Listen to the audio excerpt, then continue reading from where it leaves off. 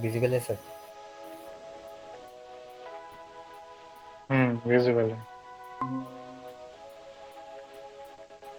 तो वो वहाँ पे ही था शायद फाइल पे अकाउंट्स जाओ, का देखो ऑप्शन। नीचे, नीचे आएगा अकाउंट्स का ऑप्शन, मोड पे जाओ, अकाउंट्स। यहाँ देखो दिख रहा है Microsoft office home and student 2019, 2019 का ही है। हाँ। है ना? ओके। तो ये तुम्हारा एप्लीकेशन है। एंड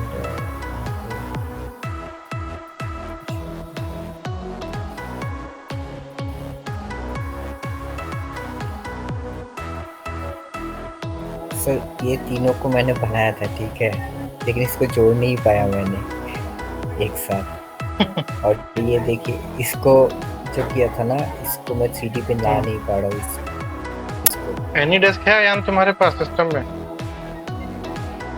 था सर, मैं नीचे देख रहा नीचे ऊपर। हम पहले अभी वो थोड़ी सी फाइल ले होगी तुझे सब। है तो ये जो काम करते हैं यहाँ पे, तो सिस्टम बहुत स्लो हो जाता है जो कि वो भी के चक्कर में। तो नोटबुक रेडी है, एक्सेल ओपन किया जाए।